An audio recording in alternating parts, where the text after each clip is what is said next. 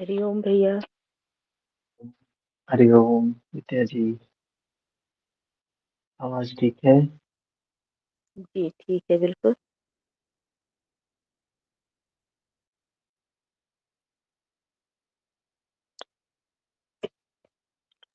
तो हम सभी 17वें अध्याय को समाप्त कर चुके थे, निष्कर्ष देखने वाले थे। तो आज लास्ट के कुछ श्लोक को फिर से देख लेते हैं, उसके बाद निष्कर्ष को देख लेते हैं। इतना ही आज का क्लास है। 17वां अध्याय पूरी तरीके से समाप्त कर लेंगे। तो हम लोगों ने देखा कि अर्जुन भगवान कृष्ण से प्रश्न करता है कि जो लोग शास्त्र नियत विधि, जो शास्त्र के द्वारा जो विधि बताई गई है काम करने की, कर्म करने की, वो नहीं करते हैं तो क्या होता है, उनकी क्या अवस्था होती है। तो उन्होंने भगवान ने बताया कि हर व्यक्ति गुणों के आधार पे काम करता है। 3 गुण हैं, सत्व, रज, तम। तो 3 प्रकार के कर्म करता है। सात्विक व्यक्ति के बताए, राजसिक व्यक्ति के बताए, तामसिक व्यक्ति के बताए। 3 प्रकार की श्रद्धा वाला व्यक्ति होता है, सात्विक, राजसिक, तामसिक। 3 प्रकार के तप करता है, 3 प्रकार के दान देता है, 3 प्रकार के यज्ञ देते हैं। तो तीनों के तीन तीन चीजें बताई। हर व्यक्ति अपने आप को आध्यात्मिक समझता है। जो राजसिक व्यक्ति है वो रजोगुणी दान देगा, रजोगुणी कर्म करेगा, तप करेगा, यज्ञ करेगा, और सोचेगा कि हम आध्यात्मिक हैं, हम तो मुक्ति के क्षेत्र में आगे चल रहे हैं। जो तमोगुणी व्यक्ति होगा वो भी काम कर रहा है मुक्ति के लिए, लेकिन वो वो सही नियत कर्म, निर्धारित कर्म नहीं कर रहा है, अपने गुणों के अनुसार कर रहा है, जो उसे बाधा, विघ्न के रूप में उसके सामने होती है। तो 3 प्रकार के दान हमने देखा। श्रद्धा, आगे और फिर बताएंगे कि श्रद्धा नितांत आवश्यक है। फिर यहाँ पे भगवान कृष्ण ओम तत्सत के बारे में बताए। ओम तत्सत क्या है ये? ऐसा 3 प्रकार का नाम है। ओम तत् सत, वही सत्य है। क्या सत्य है? ओम ही सत्य। ओम है क्या?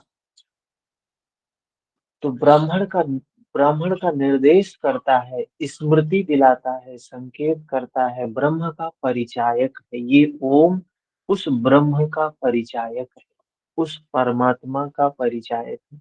जैसे हम सभी का एक कोई न कोई नाम होता है जिससे हमें लोग जानते हैं।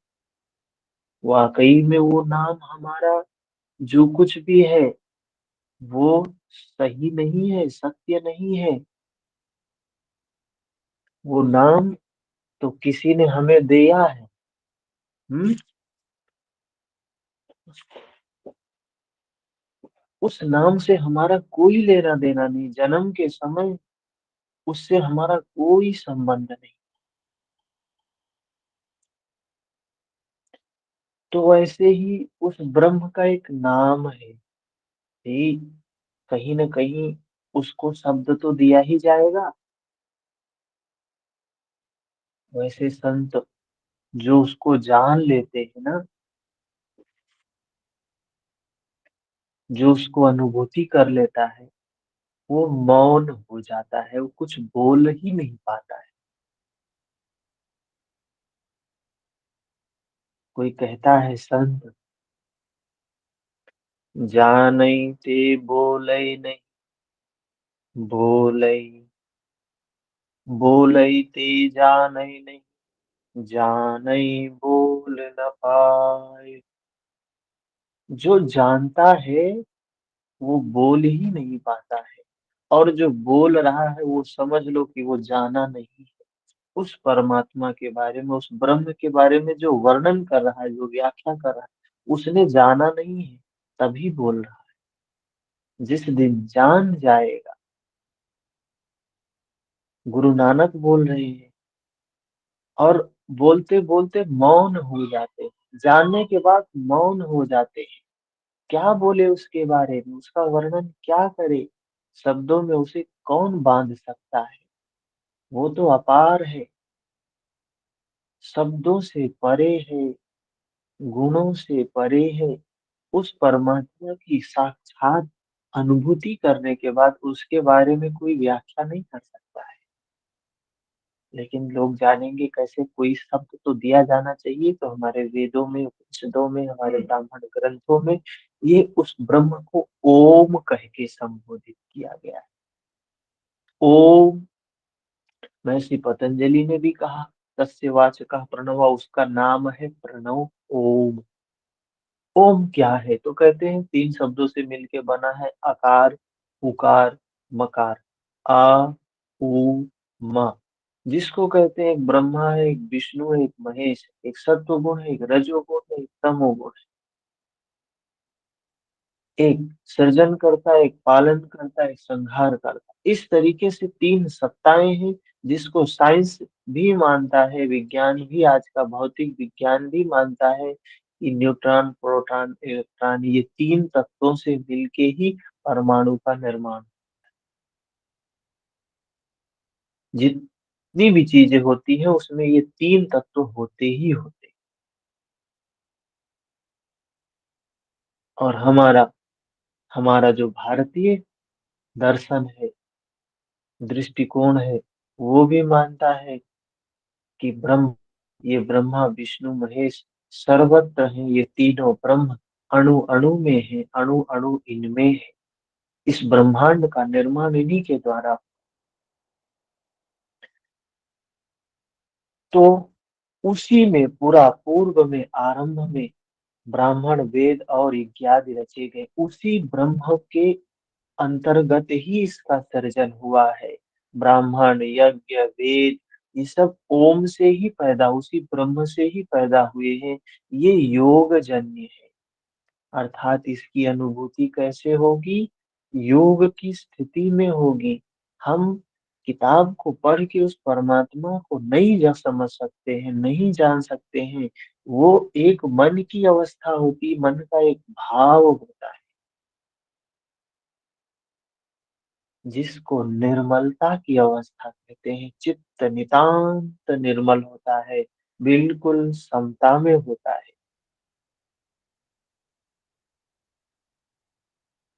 और कोई तरीका नहीं है उसको जानने का। अब लोग अज्ञानवश, भ्रमवश, नहीं समझ होता है तो शब्दों का उच्चारण करना शुरू कर देते हैं। क्या करना शुरू कर देते हैं, श्रद्धावश, अधिक अंध श्रद्धावश, कि भगवान ने ओम के बारे में बताया, उन्होंने बताया, लाभ है, उसका नुकसान नहीं है। हम ये नहीं कहते कि उसका नुकसान है, नहीं करना चाहिए। उससे भी कोई भी शब्द बोलेंगे, हर शब्द की एक टंकार होती है, एक तरंग होती है, एक नाद होती, हर शब्द की अपनी एक टंकार होती है। तो उस ओम शब्द की भी नाद है, वो ब्रह्म का परिचायक है, तो उसके अंदर भी नाद है। तो वो हमारे शरीर को तरंगित करता है, उसका बेनिफिट हमें मिलता है। लेकिन जो अंतिम बेनिफिट है, मन को नितांत निर्मल करना, वो नहीं प्राप्त हो सकता है शब्द से। उस अवस्था में जाने के लिए हमें शब्दों से परे जाना होता है। शब्द तो छूट जाते हैं, बहुत जल्दी ही शब्द छूट जाते हैं। ये जैसे सीढ़ी होता है ना, सीढ़ी चढ़ने के लिए डंडे लगे होते हैं, तो शब्द भी एक डंडा है। हम लोग अभी शब्दों के माध्यम से ही समझने का प्रयास कर रहे हैं, लेकिन ये मुक्ति नहीं है, ये सिर्फ साधन है। और ये छूटता जाएगा। जैसे हम सीढ़ी पे आगे चढ़ते हैं, एक पाँव ऊपर रखते हैं, दूसरा नीचे से छोड़ते हैं, एक डंडा छोड़ेंगे तभी आगे बढ़ सकते हैं। कोई व्यक्ति सोचे कि नहीं नहीं, हम तो इस पे छोड़ेंगे नहीं, लेकिन आगे जाएंगे, तो कितना आगे जा सकता है, बहुत आगे जाएगा तो एक डंडा आगे जाएगा, दो सीढ़ी और दो स्टेप और आगे जाएगा, लेकिन नीचे वाले पैर को उसे उठाना ही पड़ेगा अगर आगे जाना है। तो उस ब्रह्म का परिचायक, उसका नाम बताया प्रणव है। ठीक है। उसके बाद 24 नंबर श्लोक में बताया, इसलिए ब्रह्म का कथन करने वालों पुरुषों की शास्त्र विधि से नियत की हुई यज्ञ दान तप क्रियाएं निरंतर करनी चाहिए। ओम इस नाम का उच्चारण करके करनी चाहिए। व्याख्या में ऐसा बता रहे हैं कि हमें उसका क्या करना है। ये जो यज्ञ कर रहे हैं, तप कर रहे हैं, दान कर रहे हैं, जो कुछ भी कर रहे हैं, हमें योग की स्थिति में करना चाहिए, मन की निर्मलता की स्थिति में। बताया ना, ओम योग जन्य है। योग क्या है? वृत्ति निरोध ही योग है। तो हमें मन को निर्मल करके, मन की निर्मलता के लिए जब दान दे रहे हैं, मन निर्मल है, चित्त शुद्ध है, दान दे रहे हैं, तो वो दान कल्याण का है। मन शुद्ध है, मन शांत है, तप कर रहे हैं, तो वो कल्याण का है। यज्ञ कर रहे हैं, कल्याण का है। लेकिन अगर मन में अपेक्षाएं हैं, कामनाएं हैं, तो वो दान दूषित दान हो गया, तप दूषित हो गया। आगे भगवान कृष्ण बताएंगे 25 नंबर श्लोक में, वह परमात्मा सर्वत्र है, वो ब्रह्म सर्वत्र है, उसको कहीं खोजने जाने की जरूरत नहीं है कि अयोध्या, मथुरा, माया, काशी, कांची, अवंतिका, इन नगरियों में जाओ, यहीं पे भगवान बैठे हुए हैं। ये तो हमारा भ्रम है, हम दौड़ रहे हैं। कस्तूरी कुंडल बसे मृग ढूंढे वन माही, वो तो हमारे भीतर हर व्यक्ति के हृदय में, अणु अणु में, कण कण में, सर्वत्र व्याप्त है। हमें देखने की दृष्टि नहीं है, इसलिए हम दौड़ रहे हैं। इस भाव से फल को ना चाहकर, वो सर्वत्र है, ऐसे फल की कामना नहीं। अरे, लोग जाते हैं, कहाँ जाते हैं? मंदिर जाते हैं। क्यों गए हैं? तो कुछ मांगने गए हैं, लेके आएंगे वहां से। वहां जैसे लग रहा कोई व्यक्ति स्पेसिफिक बैठा है और उठा के दे देगा, ले जाओ भाई, पुण्य ले जाओ। क्या मिलता है इसको करने से? पुण्य मिलता है। कौन सा पुण्य? रोज लेने जाए फिर? सारा काम छोड़ के पुण्य ही कर्म नहीं कर रहे हैं, जो भगवान ने निर्धारित कर्म बताया है वो नहीं कर रहे हैं, पुण्य रोज बटोर रहे हैं। अच्छी बात है, जाना बुरी बात नहीं है, लेकिन वास्तविकता को समझते हुए जाना, सत्य को समझ के जाना चाहिए, किसी से द्वेष नहीं करना।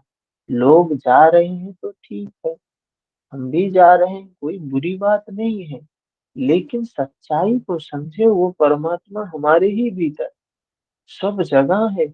उसको अगर हमने मान लिया कि वो इसी जगह पे है, इसी मूर्ति में है, इसी फोटो में है, इसी वृक्ष में है, तो हमने उसकी सत्ता को संपूर्ण जगह नकार दिया।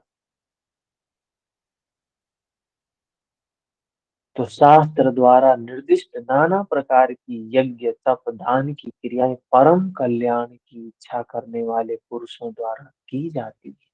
तो जो निर्धारित कर्म बताया, यज्ञ बताया, दान बताया, वो कह रहे हैं जिनको परम कल्याण की इच्छा होती है वही व्यक्ति करता है।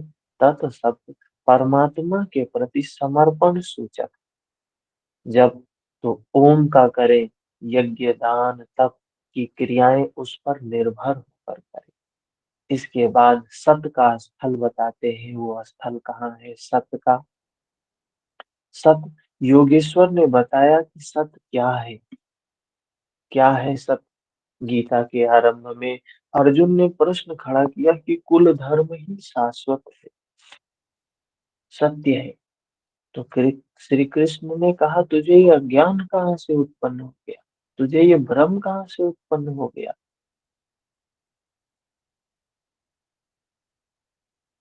सत वस्तु का तीनों कालों में कभी अभाव नहीं होता है। सत्य जो है वो अपरिवर्तनशील होता है। नित्य होता है, शाश्वत होता है, सनातन होता है, कभी बदलता नहीं है। और अर्जुन का कुल धर्म तो बदलने वाला था। समय समय से समाज में, समय समय के साथ रूढ़ियों का, कुरीतियों का परिवर्तन होता है। स्वाभाविक है होना, प्रकृति का नियम है परिवर्तन। कोई व्यक्ति, कोई सत्ता शाश्वत नहीं है। सबको एक दिन जाना है। जिस का भी जन्म हुआ है, जिस चीज का भी उदय हुआ है, उसको अस्त होना ही है, उसको जाना ही है। कोई सत्ता उसको रोक ही नहीं सकती। और जाना ही नहीं है, हर क्षण जा रही है। हमें लगता है कि बनी है, बनी है, बनी है, लेकिन वो हर क्षण जा रही होती है। तो अर्जुन कह रहा था ये कुल धर्म शाश्वत है। तो भगवान कहते हैं ये कुल धर्म शाश्वत नहीं है। तुझे ये भ्रम है, तेरा ये अज्ञान है। सत्य वस्तु का तीनों कालों में अभाव नहीं हो सकता, उसे मिटाया नहीं जा सकता है। असत वस्तु का तीनों कालों में अस्तित्व नहीं होता है, उसे रोका नहीं जा सकता है।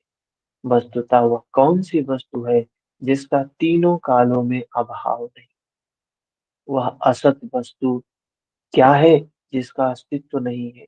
तो भगवान ने बताया कि ये आत्मा ही सत्य है, परमात्मा ही सत्य है, ये ब्रह्म ही सत्य है, ये जगत मिथ्या है। जो ये सभी शरीर दिखाई दे रहे हैं ना, मेरे शरीर, मेरे संबंधियों के शरीर, ये सब मिथ्या है, सब मिथ्या है। हर क्षण मृत्यु की ओर भागा जा रहा है, इतनी तीव्र गति से मृत्यु की ओर भागा जा रहा है,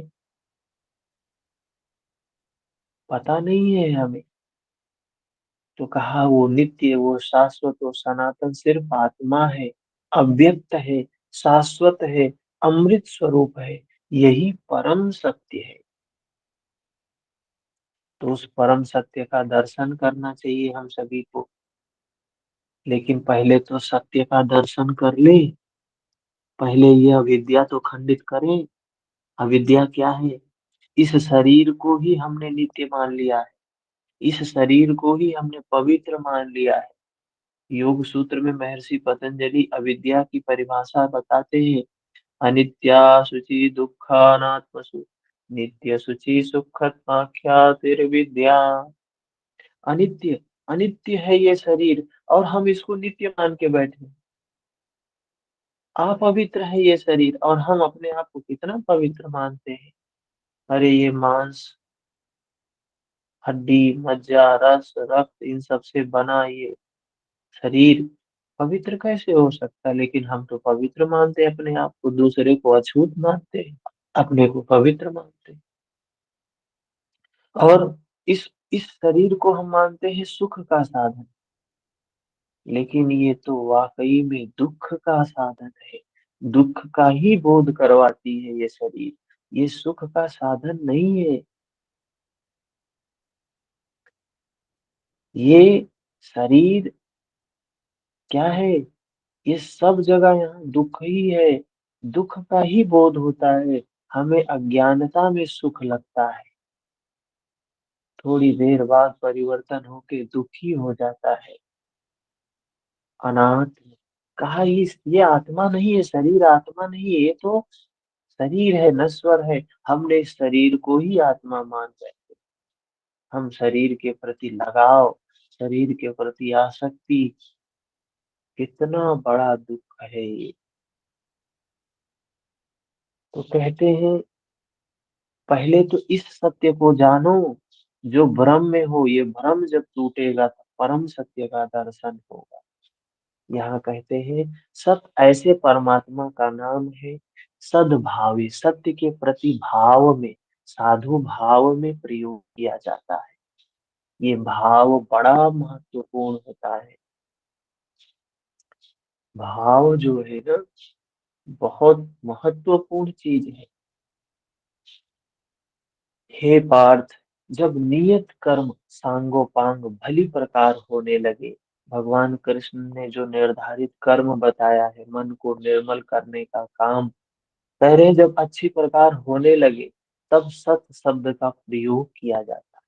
अच्छी प्रकार होने लगे अर्थात सत का दर्शन होने लगे प्रतिक्षण। सत का अर्थ यह नहीं है कि वस्तु ये हमारी है, शरीर हमारा है, घर हमारा है, इसके उपभोग में आने वाली सारी चीजें हमारी हैं। ये हमारी कब है, हम कब है, ये सत नहीं है। सत का प्रयोग केवल एक दिशा में किया जाता है, सद्भाव में। आत्मा ही परम सत्य है। इस सत्य के प्रति भाव हो, उसे साधने के लिए साधु भाव हो, और उसकी प्राप्ति कराने वाला कर्म प्रशस्त ढंग से होने लगे, वही सत शब्द का प्रयोग किया जाता है। सत सत्य का दर्शन होना चाहिए, प्रतिक्षण अनित्य का बोध होना चाहिए। ये शरीर परिवर्तनशील है, क्षणभंगुर है, तो उसका बोध हर क्षण होना चाहिए, हर क्षण होना चाहिए, हर क्षण। इसके बाद 27 नंबर श्लोक में भगवान बताते हैं, यज्ञ, तप, दान को करने में जो स्थिति मिलती है वह भी सत्य है, वह भी सत्य है। हम किस लिए, ये जो योग बताया गया, जो कर्म बताया गया, किस लिए बताया? मन को निर्मल करने के लिए बताया। निर्मल मन जन सो मोहि पावा। मन को निर्मल करने वाला व्यक्ति ही हमें प्राप्त कर पाता है। क्यों? वो सत है, वो स्थिति ही सत है। और कह रहे हैं जो यज्ञ करेंगे, मन को निर्मल करने का जो काम करेंगे, जो तप करेंगे, जो दान करेंगे, वो सब भी सत्य ही है, ऐसा कहा जाता है। तदर्थीयम, उस परमात्मा की प्राप्ति के लिए किया हुआ कर्म सत्य है। बाकी जो हम बाहर कर रहे हैं, बाहर बाहर जो कर्म कर रहे हैं, अपनी कामनाओं को पूरा करने के लिए जो कर्म कर रहे हैं, जो जिंदगी में भाग रहे हैं, दौड़ रहे हैं, पूरी दुनिया दौड़ रही, पूरी दुनिया दौड़ रही है, व्यक्ति व्यक्ति दौड़ रहा है, रास्ते भी दौड़ रहे हैं। इतनी तेज दौड़ गति है। एक बार हम दिल्ली गए थे, तो वो मेट्रो से ट्रेन जहाँ आती है, रेलवे स्टेशन से मेट्रो स्टेशन जाने के लिए, तो हम वहां देखे कि रास्ते भी चल रहे, नीचे रास्ता भी चल रहा है, और इंसान भी उस पे दौड़ रहा। कितनी तीव्र गति है, कितनी दौड़ है हमारे जीवन, लेकिन फिर भी हम अपनी कामनाओं को पूरा नहीं कर पा रहे हैं, थक के हार जाते हैं शाम तक। क्यों? असत्य के लिए दौड़ रहे हैं, सत्य के लिए नहीं दौड़ रहे।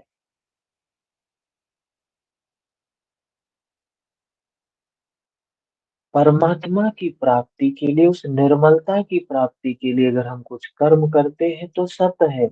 और जो बाहर दौड़ रहे हैं वो तो वस्तु के लिए दौड़ रहे हैं, व्यक्ति के लिए दौड़ रहे हैं, कामनाओं के पीछे दौड़ रहे हैं। यज्ञ, दान, तप तो इस कर्म के पूरक हैं।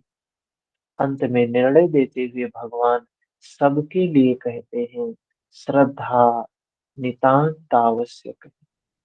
श्रद्धा होनी चाहिए। बिना श्रद्धा के अध्यात्म के मार्ग में कोई नहीं चल सकता है। श्रद्धा हमारे पैर है। जैसे हमारे पास पैर नहीं है तो हम कहीं जा नहीं सकते हैं, वैसे श्रद्धा बहुत जरूरी है, बहुत जरूरी। आश्रद्धया भूतम दत्तम तपस्तम कृतं च यत् आसदित्युच्यते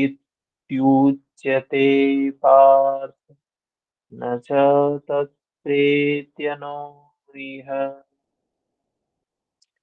भगवान कह रहे हैं बिना तप के, बिना दान के, बिना यज्ञ के कोई व्यक्ति अंतिम अवस्था, मन की निर्मल अवस्था नहीं प्राप्त कर सकता है, गुणातीत अवस्था नहीं प्राप्त कर सकता है। और ये सब करना है, लेकिन बिना श्रद्धा के किए तो ये तीनों के तीनों बेकार है। तप रहे हो, श्रद्धा नहीं, बेकार है। यज्ञ कर रहे हो, श्रद्धा नहीं, बेकार है। दान दे रहे हो, श्रद्धा नहीं है, बेकार हो गया दान, मिट्टी हो गया दान। वह सब असत है। मतलब बाहर हम दिखावे के लिए, नाम के लिए, कामनाओं के लिए दान दे रहे हैं, तप कर रहे हैं, सब बेकार है, ऐसा कहा जाता है। वह न तो इस लोक में न परलोक में कहीं लाभ नहीं मिलेगा। यहाँ यहाँ भी नहीं मिलेगा, वहां भी नहीं मिलेगा, कहीं व्यर्थ ही चला जाएगा। अतः श्रम समर्पण के साथ श्रद्धा नितांत आवश्यक है। मतलब श्रद्धा होनी ही चाहिए। लेकिन श्रद्धा श्रद्धा अंधश्रद्धा हो गई तो हमारे पैर बनने के बजाय वही श्रद्धा हमारे पैर की बेड़ियां बन जाता है। जैसे धर्म के नाम पे आज समाज में देख रहे हैं आप, क्या हालत हो गई है। 2500 वर्षों से हमारा देश धर्म विहीन अवस्था में, अंधकार में ही चल रहा है। और धर्म के नाम पे आज क्या स्थिति हो गई है लोगों की। चीजों को देखकर मनुष्य के ऊपर एक ऐसा भाव आता है कि मनुष्य है या पशु है, कि समझ ही नहीं है धर्म क्या है। जबकि संतों ने, महापुरुषों ने कितना स्पष्ट, कितने संत हुए यहाँ अपने यहाँ, कितने महापुरुष हुए, कितने अरहंत हुए, कितने भगवान हुए, सबने वही बात बताई। भगवान कृष्ण ने भी वही बात बताई। लेकिन हम तो नहीं समझते हैं धर्म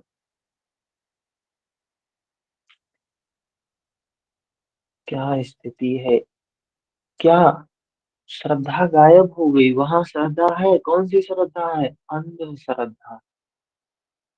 अंधश्रद्धा जब होती है तो हम सिर्फ समाज में विद्रोह, द्वेष, दुर्भावना, ईर्ष्या, क्रोध, लोभ, कामनाएं, यही फैलती है, यही फैलती है, धर्म के नाम पे फैलने लगती है। आज यही हालत है कि धर्म के नाम पे यही सब, जितनी आसुरी संपदा है ना, वो धर्म की चादर को ओढ़कर वही का विस्तार हो रहा है। जो भगवान ने दैवी संपद बताया है, एक भी दैवी संपद नहीं है भीतर में। और पांच ही आसुरी संपद भगवान ने बताया है, पांचों आसुरी संपद। जितने भी धर्म के उपदेष्टा दिखाई देते हैं मंचों पर, क्रोध देखिए उनकी वाणी में झलकता है, क्रोध कैसा उनकी वाणी में है। और हमारी जो युवा पीढ़ी, अभी नए नए जो युवा आ रहे हैं, उनको भी वही अच्छा लगता है। क्योंकि पानी को नीचे गिरना आसान होता है, ऊपर चढ़ाना कठिन होता है। तो वो बातें उन्हें आसानी से समझ में आ जाती है, जो कि बुद्धि के स्तर पे समझ में नहीं होता है, वो अंधश्रद्धा के कारण आती है। अंधश्रद्धा के कारण हम धर्म, धर्म नाम लिया ना, हिंदू धर्म नाम लिया ना, हिंदू धर्म के लिए तुम कुछ भी कर सकते हो, हमारा धर्म नष्ट नहीं होना चाहिए। ऐसे ऐसे संवाद, ऐसी ऐसी चर्चा परिचर्चा धर्म के नाम पे चल रही है। गोस्वामी, बाबा गोस्वामी तुलसीदास जी के इस समय दो पंक्ति है, जिस पे बहुत न्यूज चैनलों पे भी डिबेट, तमाम तमाम जगहों पर डिबेट हो रहा है इस पे। क्या बोला है उन्होंने? और सब अपने अपने अनुसार उनकी व्याख्याएं कर रहे हैं। जबकि भगवान कृष्ण भी उसके बारे में बता रहे हैं, उस गुणातीत ब्राह्मण के बारे में बता रहे हैं, शूद्र के बारे में बता रहे हैं, ब्राह्मण के बारे में बता रहे हैं, क्षत्रिय के बारे में बता रहे हैं। कौन है ये? तो चलते हैं निष्कर्ष की ओर। ये निष्कर्ष देख लेते हैं क्या है।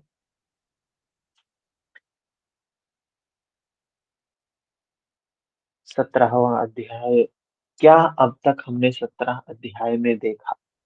अध्याय के आरंभ में ही अर्जुन ने प्रश्न किया, भगवान, जो शास्त्र विधि को त्याग कर श्रद्धा से युक्त होकर साधना करते हैं, जो लोग भूत, भवानी, अन्य अन्य देवी देवता को पूजते हैं, उनकी श्रद्धा कैसी है? वो कैसे लोग हैं? सात्विकी, राजसी, तामसी, ये 3 प्रकार की भगवान ने श्रद्धा बताई। इस पर योगेश्वर में श्री कृष्ण ने कहा, अर्जुन, यह पुरुष श्रद्धा का स्वरूप पुतला है।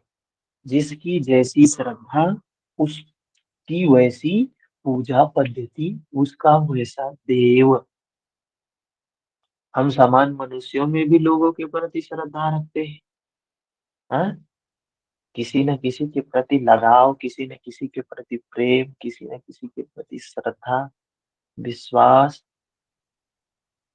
मैत्री, ये होता ही होता है। किसके प्रति है हमारी श्रद्धा? उसके अंदर क्या गुण है, क्या अच्छाइयां हैं? उन गुणों के प्रति ही तो श्रद्धा होती है। किसी व्यक्ति के प्रति हमारी खूब श्रद्धा है, लेकिन उसके काम हमें कोई पसंद नहीं आते। हो सकता है ऐसा क्या? उसका स्वभाव हमें पसंद नहीं है, लेकिन उसके प्रति श्रद्धा है।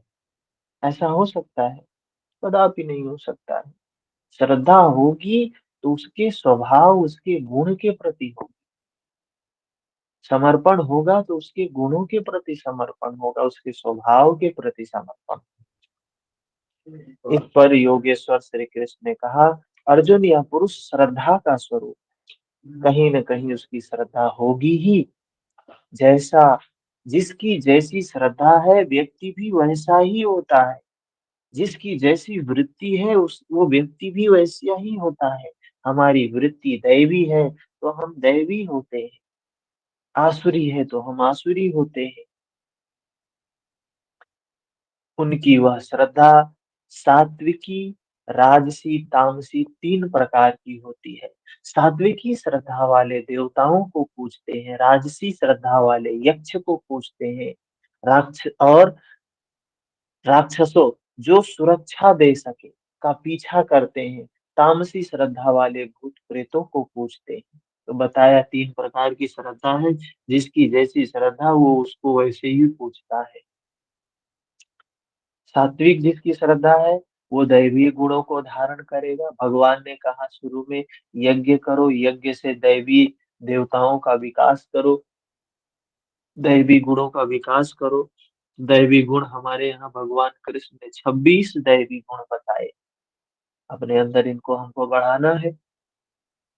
तो जो सात्विक व्यक्ति है वो दैवी गुण की ओर जाएगा, जो राजसिक व्यक्ति है भूत प्रेतों को पूजेगा, जो तामसिक व्यक्ति है और अधम योनि वाले जीवों को, भूत प्रेतों को ऐसे पूजा करेगा।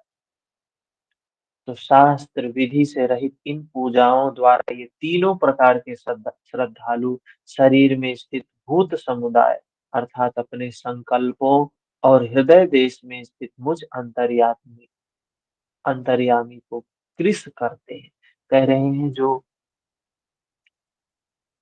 निर्धारित विधि है उसको छोड़ दिया। तो क्या देवताओं को पूजा करने के लिए कह रहे हैं कि देवताओं की पूजा करनी चाहिए? नहीं करनी चाहिए। सात्विक लोग देवताओं की पूजा करते हैं, देवी की पूजा करते हैं, कहते हैं नहीं करना चाहिए। निर्धारित कर्म करना है। जो यज्ञ बताया है, पीछे बताया है निर्धारित कर्म क्या है। नियत कर्म क्या है, यज्ञ बताया है। कह रहे हैं ये जो तीनों गुणों वाले लोग होते हैं, देवी देवता की पूजा करते हैं, राक्षस की पूजा करते हैं, भूत प्रेत की पूजा करते हैं, ये हम मतलब उस योग की स्थिति को ही विखंडित करते हैं, कृश करते हैं और कमजोर करते जाते हैं। जन्म हुआ हमारा और हमने धर्म के नाम पे हमने अपने सात्विक गुणों को विकसित किया। क्या किया, देवी देवता की पूजा ही करते रहे जीवन। कुछ नहीं हुआ, हमारे मानस पर कोई फर्क परिवर्तन नहीं आया। उन और दैवी गुण कब विकसित होंगे, जब हम यज्ञ करेंगे, जब हम मन को निर्मल करेंगे तो हमारे अंदर दैवी गुणों का विकास होगा, निश्चित तौर पे होगा। हमने यज्ञ करना छोड़ के उनकी पूजा करनी शुरू कर दी, उन सब को निश्चय ही तू असुर जान। कह रहे हैं जो ये तीनों गुण वाले हैं और तीन प्रकार की श्रद्धा है उनकी, और इस प्रकार से काम कर रहे हैं, सारे के सारे असुर ही हैं। भूत प्रेत यक्ष राक्षस देवताओं को पूजने वाले असुर हैं। अब हम तो सोचेंगे अरे हम तो देवता की पूजा कर रहे हैं, तो क्या हम भी असुर हो गए। और यहाँ तो कह रहे हैं असुर ही है जो कर्म को छोड़ के दूसरे मार्ग में लग गया, असुर ही है। देवता प्रसंग को श्री कृष्ण ने यहाँ तीसरी बार उठाया। पहले अध्याय में 7 में उन्होंने कहा, अर्जुन कामनाओं ने जिनका ज्ञान हर लिया है वही मूढ़ बुद्धि वाले अन्य देवताओं की पूजा करते हैं। कह रहे हैं ये जो कामना वाले होते हैं, देखिए कोई मंदिर में जाता है ना, कहाँ गए थे भैया, तो मंदिर गए थे, कौन से मंदिर, फलाने देवी के मंदिर में, फलाने देवता के मंदिर, क्यों गए थे, मांगने ही गए थे और क्या। कामनाएं पूरी होनी चाहिए हमारी, जाएंगे तो वहां मांगेंगे तो ये मिल जाएगा, वो मिल जाएगा। हाँ, क्या मिल जाता है किसी को, क्या नहीं मिल जाता है किसी को, वो व्यक्ति ही जानता है। तो कह रहे कामनाओं ने जिनका ज्ञान हर लिया, वही मूढ़ बुद्धि अन्य देवताओं की पूजा करते हैं। दूसरी बार अध्याय 9 में उसी प्रश्न को दोहराते हुए कहा, जो अन्यान्य देवताओं की पूजा करते हैं वे भी मुझे ही पूजते हैं। वे किसी की पूजा, जो राक्षस की पूजा कर रहा है, जो भूत की पूजा कर रहा है, जो देवता की पूजा, पूज तो उस अंततो गत्वा उस परमात्मा को ही रहा है, लेकिन उसकी श्रद्धा उस परमात्मा के प्रति नहीं है। उसकी श्रद्धा जिसके प्रति है उसको प्राप्ति वैसी ही होने वाली। उस नश्वर को पूज रहे हैं तो प्राप्ति भी नश्वर ही होगी। शास्त्र में निर्धारित विधि से भिन्न पूजते हैं, अतः वह नष्ट होने वाला है। जो कुछ जिसको पूज रहे हैं वो भी नष्ट होने वाला देगा, वो नष्ट होने वाली चीज ही देगा। यहाँ अध्याय 17 में उन्हें आसुरी स्वभाव वाला कहकर संबोधित किया। भगवान कह रहे हैं वे आसुरी स्वभाव वाले हैं जो इनको पूजते हैं। श्री कृष्ण के शब्दों में एक परमात्मा ही पूजा का विधान। पूजा का विधान क्या है, एक परमात्मा। तदंतर योगेश्वर श्री कृष्ण ने 4 प्रश्न लिए, आहार, यज्ञ, तप और दान। 3 प्रकार के आहार, तामसिक आहार, 4 प्रकार के यज्ञ की बात बताई, 3 प्रकार के यज्ञ की बात बताई, 3 प्रकार के तप की बात बताई। तो सात्विक आहार क्या है, जो स्वभाव से प्रिय लगने वाला है, स्निग्ध आहार है। राजसिक आहार क्या है, कड़वा तीखा खट्टा चटपटा मसाले वाला, जो रोग को बढ़ाता है। तामसिक आहार क्या है, जूठा बासी या पवित्र भोजन। तो कहा ये 3 प्रकार के लोग हैं, इनको ये आहार पसंद है। अच्छा देखिए यहाँ भगवान ने कहीं डिवीजन ब्राह्मण क्षत्रिय वैश्य शूद्र के आधार पे नहीं किया है। यहाँ डिवीजन किया गया है तो गुणों के आधार, आहार के आधार पे, कर्म के आधार पे, यज्ञ के आधार पे, तप के आधार पे। अगर हम कहें तो व्यक्ति तीन प्रकार के हो सकते हैं। सात्विक व्यक्ति हो सकता है, राजसिक व्यक्ति हो सकता है, तामसिक व्यक्ति हो सकता है। शास्त्र विधि से निर्दिष्ट यज्ञ जो मन का निरोध करता है, जो फलाकांक्षा से रहित, वह यज्ञ सात्विक है। तो जो सात्विक महापुरुष होते हैं वो यज्ञ कैसा करते हैं? बिना आकांक्षा के, दम्भ प्रदर्शन फल के लिए किया जाने वाला यज्ञ राजसिक यज्ञ है। शास्त्र विधि से रहित मंत्र दान तथा बगैर श्रद्धा से किया गया यज्ञ तामस यज्ञ। परम देव परमात्मा में प्रवेश दिलाने वाली सारी योग्यताएं जिनमें है, उन प्राज्ञ सद्गुरु की अर्चना, सेवा, अंतःकरण से अहिंसा, ब्रह्मचर्य और पवित्रता के अनुरूप शरीर को तपाना तप है। सत्य, प्रिय और हितकर बोलना वाणी का तप है। तप क्या है?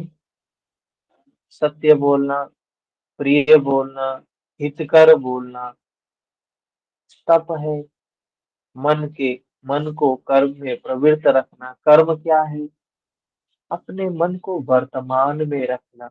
मन का जो स्वभाव है ना, भागना, कभी भूत में कभी भविष्य में, तो मन को स्वच्छंद ना छोड़ना, मन को अपने अधीन रखना, अपने नियंत्रण में रखना, वर्तमान में स्थित रखना तप है। ये मन संबंधी तप है।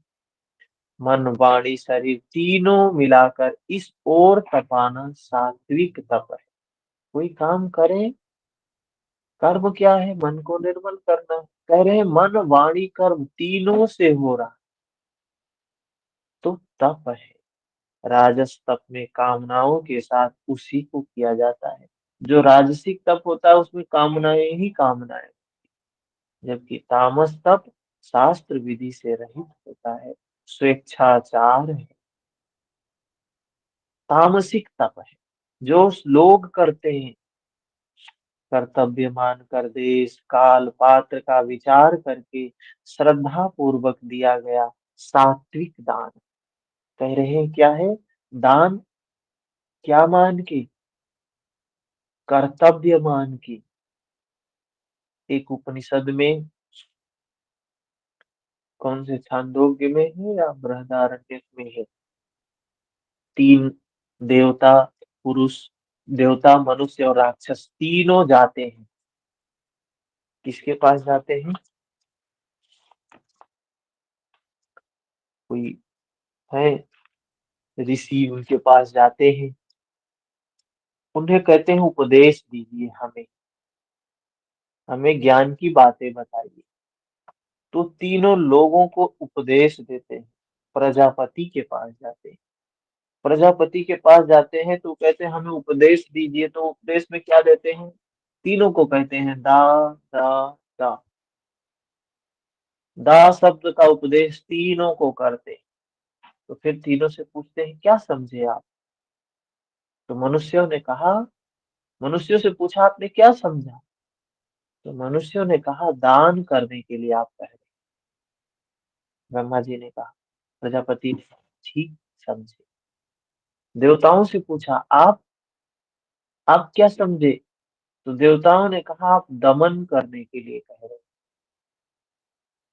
असुरों से पूछा आप क्या समझे?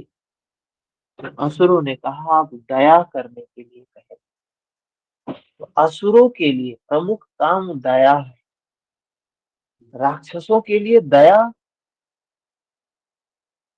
बहुत महत्वपूर्ण है। तो जिसके अंदर आसुरी प्रवृत्ति है, राक्षसी प्रवृत्ति है, उसके लिए सबसे बड़ा काम है दया। जिस जो सात्विक प्रकृति का जो मनुष्य है, उसके लिए काम है दान। और जो दैवी मनुष्य है, दैवी गुणों से युक्त है, देव स्वरूप है, उसके लिए प्रमुख दान है दमन। तो यहाँ जो दान की बात है, उसको हमें अपना कर्तव्य समझ के करना चाहिए, बिना किसी कामना के, बिना किसी प्रतिफल के, चाह के, और देश काल पात्र का विचार करके। ये नहीं कि अरे हमारा काम तो देने का है, जो भी आए उसको ही देते जाए, उसको दे। पात्रता भी निर्धारित होनी चाहिए। एक बार एक भिक्षु एक राजा के यहाँ जाता है, राजा के यहाँ जाता है, भिक्षा मांगने गया। दान देने के लिए बाहर आती है एक महिला, माता एक बाहर आती है, तो देखती है उसके पात्र में गोबर था, गंदा था पात्र, बिल्कुल गंदा पात्र। तो वो माता बोलती है जाओ जाओ, बाद में आना। फिर 2 दिन बाद आता है वो, फिर उसको बोलती है जाओ जाओ, बाद में आना। फिर 2 दिन बाद आता है। तो उसके बाद वो उस पात्र को साफ करके आता है, धुल के आता है। फिर जब आता है तो वो दान दे देती है। तो कुपात्र में दान नहीं देना चाहिए। अभी गोबर है उसमें, कीचड़ है उसमें, कोई उसमें अन्न डाल देगा तो वो तो खराब हो जाएगा। तो पात्रता भी होनी चाहिए जिसको आप कुछ दे रहे हो। तो हमारे पास पात्र कैसा है, और कहा गया है हमारे शास्त्रों में तो सारी चीजें बताई गई है। श्रद्धावान लभते ज्ञानम। और क्या बताया, किससे विनय आता है, ज्ञान से विनय आता है, विनय से पात्रता आती है। तो आपके अंदर श्रद्धा श्रद्धा नहीं है, ज्ञान नहीं है, विनय नहीं है, पात्रता नहीं है, और हम चाहते हैं कि हम ये प्राप्त कर लें, वो प्राप्त कर लें, ये मिल जाए, वो मिल जाए। कुछ भी नहीं मिलता है, क्योंकि पात्रता ही नहीं, एलिजिबिलिटी, एलिजिबल ही नहीं है। जो भी चीजें आती हैं, जो भी चीजें होती हैं, उसके लिए एलिजिबिलिटी क्राइटेरिया होता है, मिनिमम योग्यता होनी चाहिए। और वो योग्यता हमारे अंदर नहीं है, तो हम कैसे प्राप्त कर लें। तो कहे पात्र, और काल का भी निर्धारण होना चाहिए। देश, काल, पात्र का विचार करके श्रद्धा पूर्वक दिया गया दान सात्विक है। किसी लाभ के, किसी लोभ में कठिनाई से दिया जाने वाला दान राजस दान है। झिझक कर कुपात्र को दिया जाए, कुपात्र कोई व्यक्ति पात्र नहीं है, लेकिन आप झिझक के उसको बस बला हटाने के लिए दे दिए, जा यहाँ से, भाग यहाँ से, लो भागो यहाँ से। वो दान किसी कूच कीचड़ में आपने डाल दो, कोई मतलब का नहीं। ओम तत्सत का स्वरूप बताते हुए योगेश्वर श्री कृष्ण ने कहा कि ये नाम परमात्मा की स्मृति दिलाते, शास्त्र विधि से निर्धारित तप, दान और यज्ञ आरंभ करने से में ओम का प्रयोग होता है, और पूर्ति में ओम पिंड छोड़ता है। तत् का अर्थ है वह परमात्मा, उसके प्रति समर्पित होकर ही वह कर्म होता है। और जब जब कर्म जब वो निर्धारित कर्म, जब वो नियत कर्म, जिसे यज्ञ कहा, धारावाही होने लगे, निरंतर होने लगे, तब सत्य का प्रयोग होता है। वहीं से साधना शुरू होती है। सत्य के प्रति भाव, साधु भाव, मतलब वो अनित्यता का बोध, वो प्रज्ञा हर क्षण स्थित हो जाती है, धारावाही होने लगती है। तब सत्य का प्रयोग जो होता है, सत्य है, सत्य है, सत्य है। कुछ भी असत्य नहीं है। जो हो रहा है उस क्षण की सच्चाई है तो सत्य है। यही साधना है। सत्य के प्रति भाव है, साधु भाव है, मंगल भाव है, परमात्मा की प्राप्ति करा देने वाले कर्म, यज्ञ, दान, तप के परिणाम में भी सत्य का प्रयोग होता है। और परमात्मा में प्रवेश दिला देने वाला कर्म निश्चय पूर्वक सत्य है, झूठा नहीं है वो। किंतु इन सब के साथ श्रद्धा नितांत आवश्यक है। श्रद्धा से रहित होकर किया हुआ कर्म, दिया हुआ दान, तपा हुआ तप, इन जन्म में न लाभ मिलेगा, इस जन्म में न आने वाले जन्म में। इसलिए श्रद्धा बहुत जरूरी। संपूर्ण अध्याय में श्रद्धा पर प्रकाश डाला गया। अंत में ओम तत् सत की विशद व्याख्या प्रस्तुत की गई, जो गीता के श्लोकों में पहली बार आया। किसी का प्रश्न है 17 अध्याय से पीछे से संबंधित, तो पूछ सकते हैं। कल से हम 18वें अध्याय पर चलेंगे। 18 अध्याय अंतिम अध्याय है गीता का। हम लोगों ने अब तक सफर यहाँ तक कितना आसानी से करते करते यहाँ पहुंच गए। बड़ी खुशी की बात है कि ऐसे चलते चलते हम लोग 18वें अध्याय पर पहुंच रहे हैं। कोई प्रश्न है आपका? बहुत बड़ी उपलब्धि है ये हम सभी के लिए।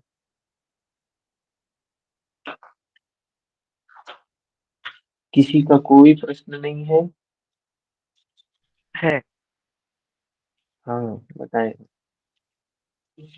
जो सात्विक आहार बताया है जो मन को अच्छा लगता है, और राजसिक आहार बताया गया है कि जो रोग करता है। तो अगर ऐसा है कि हमें कुछ पसंद है तो मन को अच्छा लगता है, हो सकता है वो कुछ भी हो, हम्म, अ, हम्म, रबड़ी क्यों ना हो, बट वो हम्म, ज्यादा खाने के बाद वो रोग को तैयार करेगी, तो उसको सात्विक माना जाए या राजसिक माना जाए?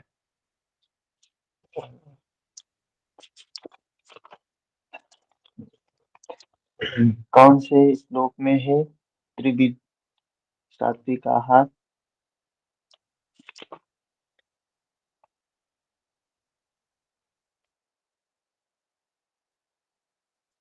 अच्छा प्रश्न है कि हर व्यक्ति जो भोजन करता है उसको अच्छा लगता है, और जो यहाँ भगवान ने सात्विक आहार के बारे में बताया है, क्या बताया है, इसका श्लोक क्या है, कितने नंबर पे है?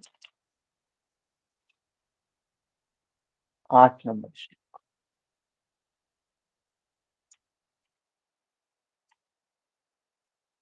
क्या बताया कि सात्विक आहार कैसा होता है? आयु को बढ़ाने वाला, बुद्धि बल आरोग्य सुख प्रीति, ये चीजें विवर्धना, ये चीजें बढ़ती हैं। आयु बढ़ता है, बुद्धि बढ़ती है, बल बढ़ता है, आरोग्य होता है, स्वास्थ्य प्राप्त होता है।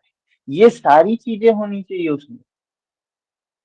सिर्फ एक चीज अगर हम, क्या हमें प्रिय लग रहा, सुख लग रहा, हमें खाने में सुख लग रहा,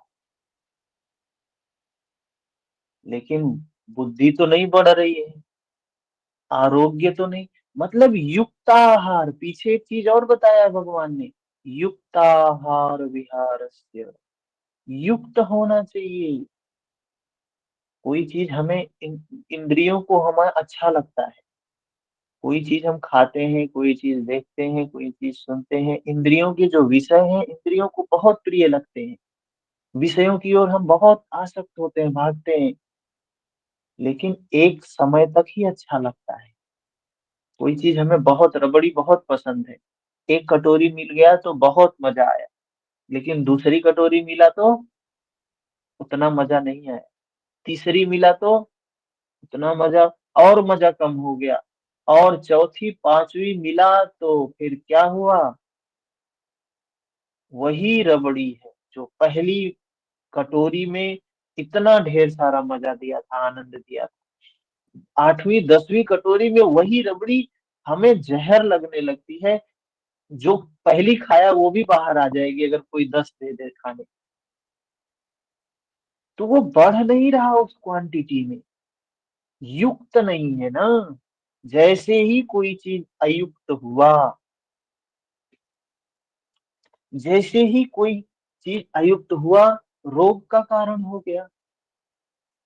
तो सात्विक आहार के ये लक्षण बताए हैं कि आयु को बढ़ाएगा, बुद्धि को बढ़ाएगा, बल को बढ़ाएगा, आरोग्य देगा, स्वास्थ्य देगा, सुख प्रीति विवर्धना। और सुख उसी क्वांटिटी में, जैसे हमको भूख लगी होती, एक रोटी खाते हैं अच्छा लगता है, वो सुख नहीं है। एक पिक्चर है, एक मूवी है, इसी पे बनी है। हमने आपको पीछे भी बताया था कि एक चीज मिलेगी वंडरफुल। उस मूवी में यही कहानी ही पूरी यही। एक व्यक्ति घर परिवार अपना छोड़ देता है, और वो बहुत बड़ा बिजनेसमैन, उसका परिवार बहुत बड़ा व्यवसायी, अकेला बेटा घर छोड़ देता है। क्यों? क्योंकि दुख देखता है, हर तरफ दुख है। और उसके पिता को लगता है कि हमारे घर में कैसा दुख, हमारे घर में तो सारी सुख चीजें हैं। तो वो वही समझाता है कि सुख क्या है। सुख का मतलब हम क्या समझते हैं? हमको लगता है सुख जो हमारी इंद्री को अच्छा लगे, जो हमारे अनुरूप हो, वही सुख है। लेकिन सुख की व्याख्या ये सही नहीं है। सुख का मतलब है कि अगर हम एक कोई चीज ले रहे हैं तो हमें एक सुख मिल रहा है। अगर 10 उसका 10 मात्रा में हमारे पास हो तो हमारे उसके साथ ही सुख भी उतना ही बढ़ना चाहिए। लेकिन बाहर के जो भोग हैं, हम एक खाते हैं तो सुख ढेर मिलता है, हमारे पास 5 हो जाता है तो सुख उसी के हिसाब से कम हो जाता है। तो वो सुख नहीं है, वो दुख है। हम अज्ञानता में उसको सुख समझ रहे हैं। हम्म।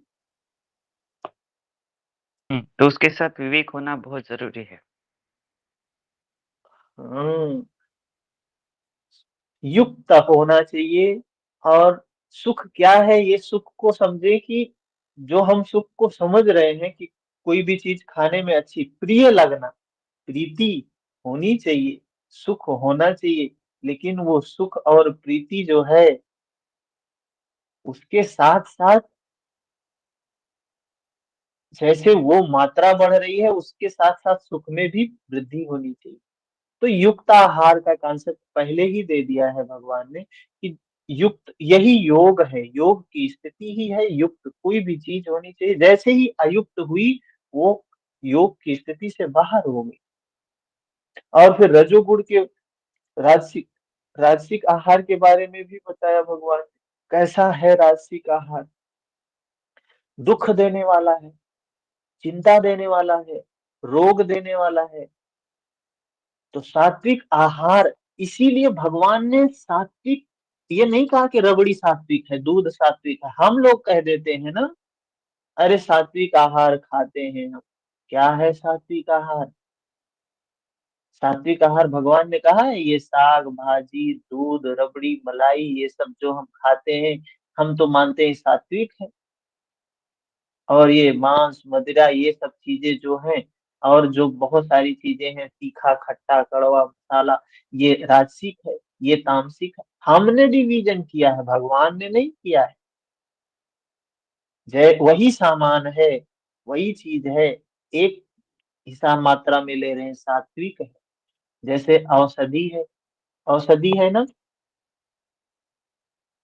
औषधि, कोई व्यक्ति एक गोली शराब लोग पीते हैं, एक ढक्कन अगर आदमी ले रहा है तो हो सकता है वो किसी बीमारी को दूर करने का भी साधन बन सकती है। युक्त मात्रा में है तो वो औषधि का काम करे। और जैसे ही वो अयुक्त हुआ, फिर तो वो विनाश का कारण बन गया ना। एक जगह वही स्वास्थ्य का कारण है, एक जगह वही बीमारी का कारण बन गया। हम्म। जी भैया, ठीक है। गीता में एक जगह हम्म। कहीं एक शब्द आया है, ऊर्ध्वरेता। जिस हम्म। कार्य, जिस भोजन, जिस जो भी हम करते हैं तप, जिससे हमारा मन, शरीर और आत्मा ऊर्ध्वरेता होता है, ऊपर की ओर जाता है, वही सही है, वही सत्व है, वही सात्विक है। हाँ, ऊर्ध्वरेता से तात्पर्य ये ऊर्ध्वरेता है। एक शब्द आया है गीता हम्म, में। हाँ, कहीं बिल्कुल आया है, बिल्कुल किस होगा। चैप्टर में याद नहीं पड़ रहा है। तो जिससे हमारा ऊर्ध- मन, शरीर, आत्मा ऊर्ध्वरेता होता है, हम्म, आगे की ओर बढ़ता है, हाँ वही सत्य है, वही शाश्वत है, वही हाँ, सात्विक है।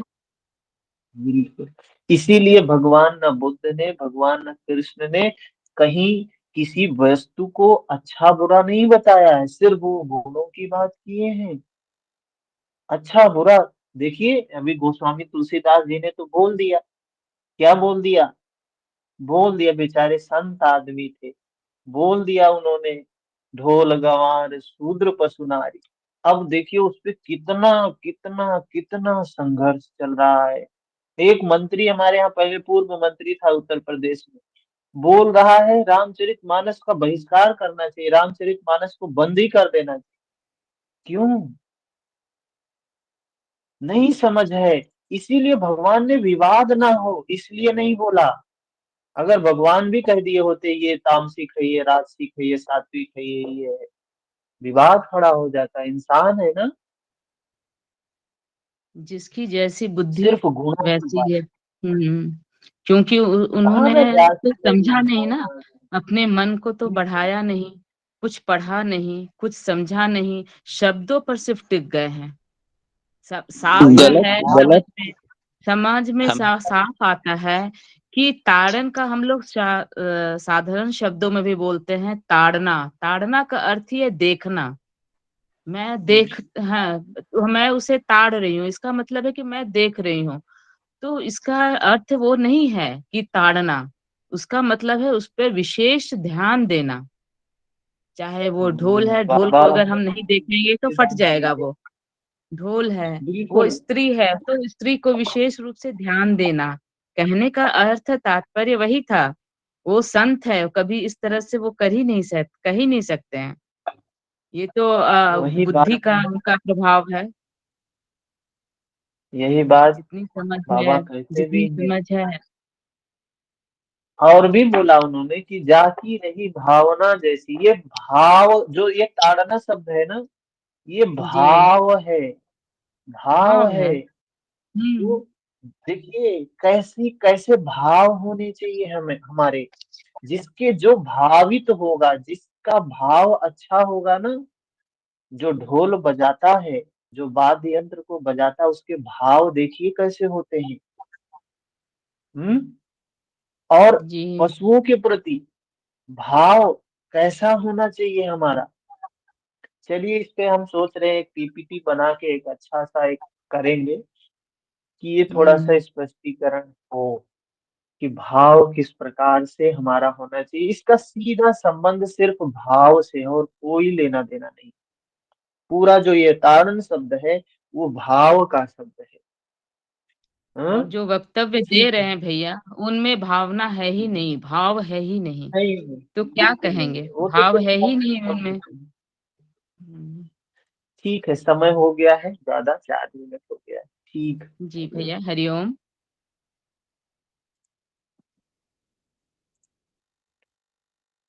शिव संहिता के लिए थोड़ी देर